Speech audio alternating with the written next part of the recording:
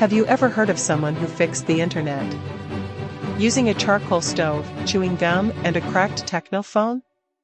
Well, meet Zuba Namirimu, a 21-year-old maize seller who turned underground tech icon, now trending as the Wi-Fi Queen of Kampala. Zuba wasn't special. At least, that's what everyone thought, except her stubborn grandma and the weird dude at a wino market who sold her a used phone for 3,000 shillings and said, "It still picks Wi-Fi if you whisper to it." She laughed, but that broken phone became her lab. By day, Zuba roasted maize on a busy corner. By night, she'd sneak into Makerere University's cafe, borrow YouTube tutorials, and learn network engineering the same way she learned to hustle, DIY style.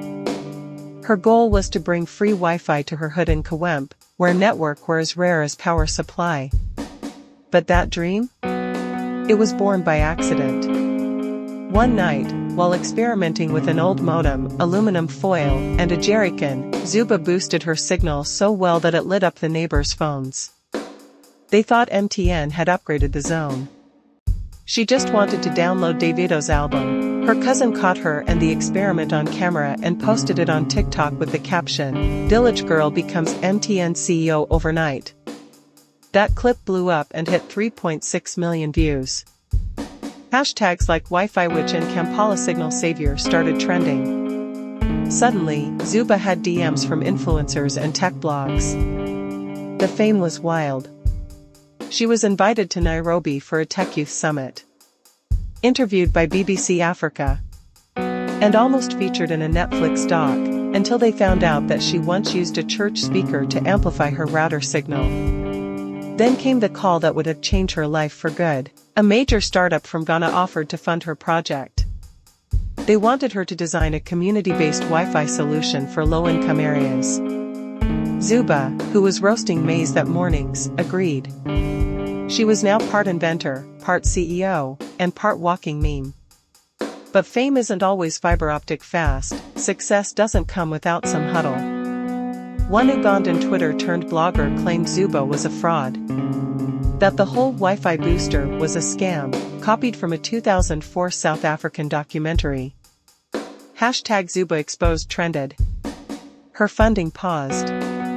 She even lost access to her TikTok. Zuba cried, not because of the hate, but because she forgot to back up her modem files. But like any true African hustler, she bounced back. A mysterious tech professor, who saw her original TikTok, reached out. He helped Zuba validate her innovation, and together, they published a paper on improvised signal engineering in resource-scarce environments. Alas, the backlash turned to respect.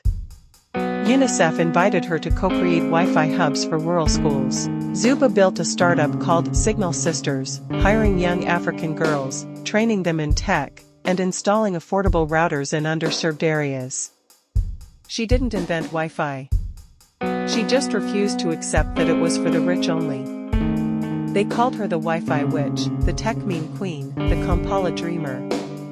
But Zuba is just a girl who refused to let poor signal define her dreams. Because in Africa, the revolution won't be televised.